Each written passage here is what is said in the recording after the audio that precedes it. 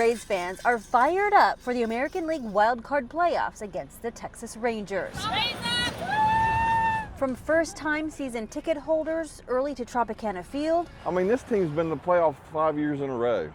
How can you not tailgate for that? Raise up! Raise up! To fans who have a long-time history with the team. Since they were born in '98, season ticket holder. Fans celebrate the playoff appearance. I think this team can possibly win it all this year. 50-50 charity raffle. Fans also looking beyond this series to a new stadium now that a decision has been made to keep the team in St. Pete. Go Rays! It sounds so exciting, I can't wait. Let's do it. Fans excited about the future of the Trop, hoping to bring new meaning to home field advantage. Go Rays! Game 2 is tomorrow. All games are being played here at the Trop. In St. Petersburg, Melissa Eichmann, Spectrum News. I want to give them a level field to turn on, keep them balanced a little bit. If you ask Coach Stephon Knight. So remember, both hands, hips, head down and finish through. Let's go. Throwing and hitting a baseball. Stay with it. Off that backside.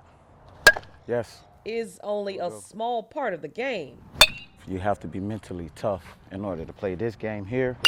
It's a lesson he's constantly driving home with his sons, Michael and Stephon Jr., and the team he coaches, which is majority black youth from the inner city. We've been to many tournaments to where we get the looks. We're told we're just fast. We're told we're just athletes. Coach Knight says he wants his players to be called baseball players, but sometimes they're called something else altogether. It happens a lot, actually. And it'll happen more than most would like to acknowledge. During that time, We're talking the N-word. we're talking the N-word. We're talking the N-word. It's been multiple times. Both of my kids plays on teams. They played on teams. They can tell you both times. Both of them have witnessed or heard that word while playing the game of baseball. Yes. That's just one of the reasons why he thinks baseball is striking out with black children, resulting in less black players in the game.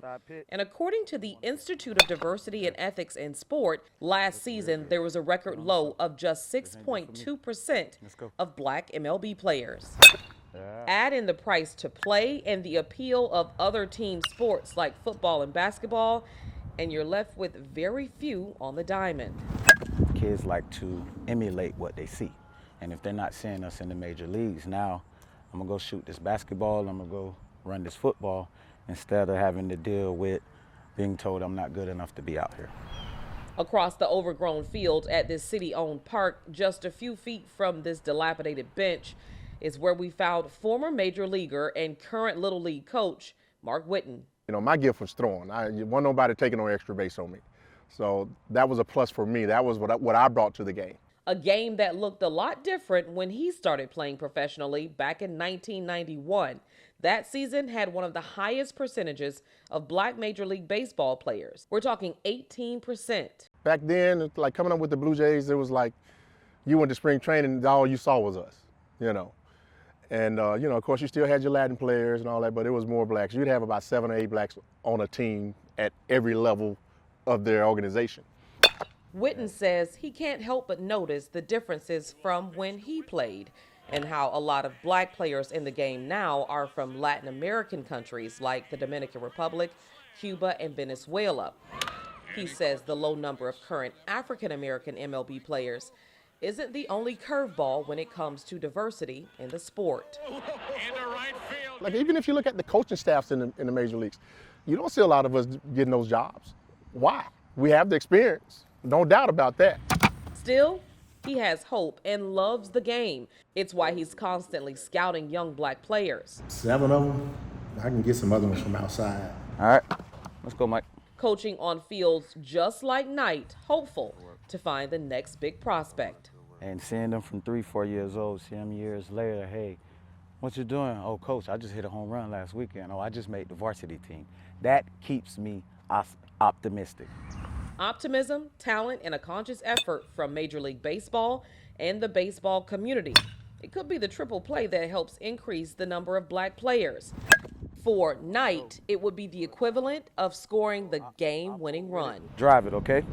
In Tampa, Sandra Weathers, Spectrum Sports 360. For Rachel Pierce, every brushstroke, every color, every dab of paint has meaning. Like all the stuff I paint on this is all stuff that I've seen out here. And every painting tells a story. I think we're all still looking for that originality and a story and a connection. So today, I'm going to use 5 of Rachel's original paintings to tell her story, so you can make that connection to her. Starting with this one of her first paintings after she made art her full-time job. 3 years ago, Rachel left her old career as a news anchor in Fort Myers and started her new one as an artist on Sanibel. And then when we moved out to this island, our life got really simple. I don't know, it's just a different life out here. It's simple, small town. She moved her family to Sanibel. She launched an art gallery on Sanibel. She drew inspiration from Sanibel. I'll use one of Rachel's favorites, a Sanibel sea turtle, as painting number 2. And I just have inspiration everywhere out here. It was heaven for her here until the hell of September 28th last year. Where's that restaurant? Where's that building? Where's my friend's house? Flattened, mangled, swept away. This time lapse shows you Sanibel's biggest issue, flooding.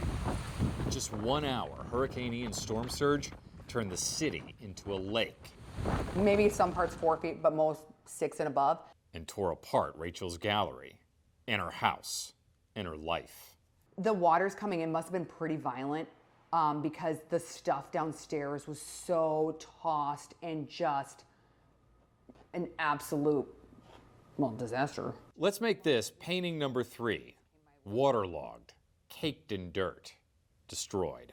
It's pretty crazy. Rachel had given her art life, but some of it died with Ian. To see everything, like all your windows like caved in and all your stuff just spewed. Like when we were cleaning up around the property, I was finding, just dumpsterfuls of my stuff. Those dumpsters were in the front of the gallery, and this was in the back. This is the Australian pines. A massive tree that Ian ripped out of the ground and bent like a straw. But this is a giant tree, and we're so glad it fell the way it did and didn't hit anybody's buildings. Yet left roots exposed 3 times taller than I am. How about one more example of Ian's fury? Our 4th painting for this story, this one right here. It was here at the gallery before the storm. But we have to drive to show you where it traveled during the storm. Floodwaters took it 2 miles down the road. 2 miles, and wound up down here at a home near the historic Sanibel Lighthouse. The family that found it down by the lighthouse kept it as a memento of their hurricane story. But it's this painting of the lighthouse that will make picture number 5. This painting has the most meaning for me. Rachel painted it in Texas, where she evacuated right after Ian. And it just struck a chord with everyone back home. It kind of represents like the storm and the hurricane washing over the lighthouse, but it's still standing, battered, broken, and missing the leg, but still standing. A symbol of Sanibel's strength and resiliency. A painting that told their story, and Rachel's story too. Like the lighthouse, she's still standing, still painting, and now painting the story of Sanibel's rebirth with every stroke. Jeff Butera, Spectrum News.